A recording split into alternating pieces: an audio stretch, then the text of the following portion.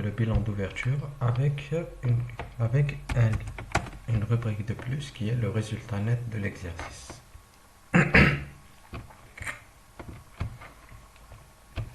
Alors, dans la balance, nous savons que la somme des mouvements en débit ou en crédit d'un compte, c'est le solde primaire qui figure sur le bilan d'ouverture, plus la somme des mouvements débit et crédit pour les nouvelles comptabilisations de l'année ou de la période. Alors, comme nous avons déjà vu comment trouver les sommes des mouvements depuis le livre journal, il nous reste à rajouter le solde primaire au bilan. Alors, un solde débiteur, c'est un solde figurant en actif. Nous allons donc aller au bilan d'ouverture, nommer cette partie actif, puis passif.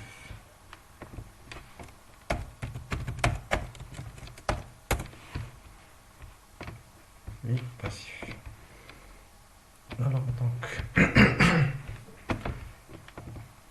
pour le débit, c'est la somme des mouvements plus si le compte ne figure pas sur le bilan, c'est-à-dire énorme de recherche V2 3 dans actif. La troisième colonne représentant le montant avec une valeur exacte.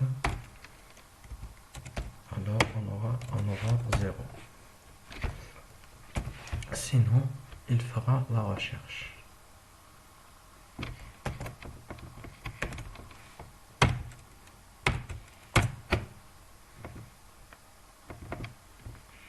Très bien.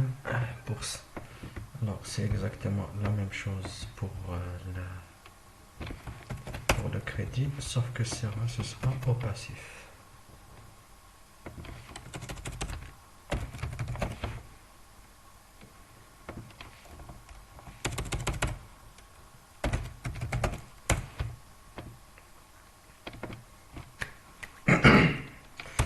Voilà, donc pour la balance, nous allons donc faire un test pour essayer.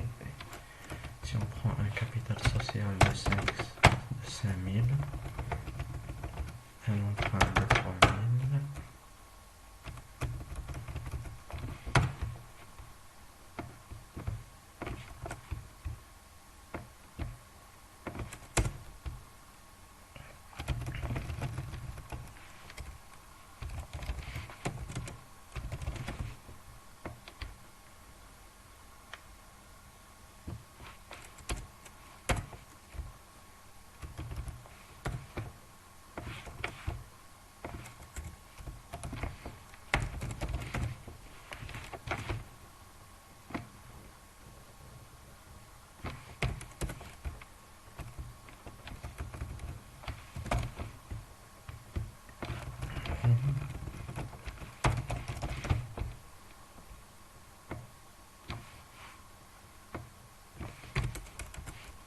un emprunt de 3000, puis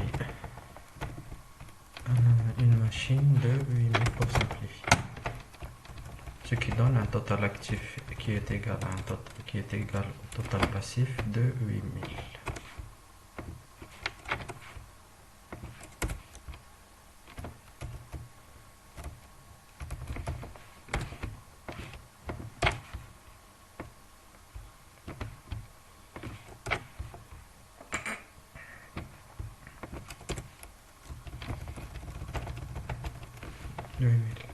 Nous allons maintenant aller à la balance.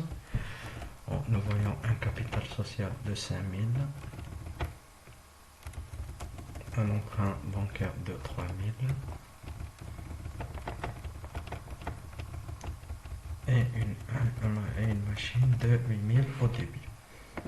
Donc, supposons que l'entreprise a fait une acquisition d'une nouvelle machine, disons 2000. Ça devrait donner un solde total de 10 000. Donc, balance 10 000. Très bien.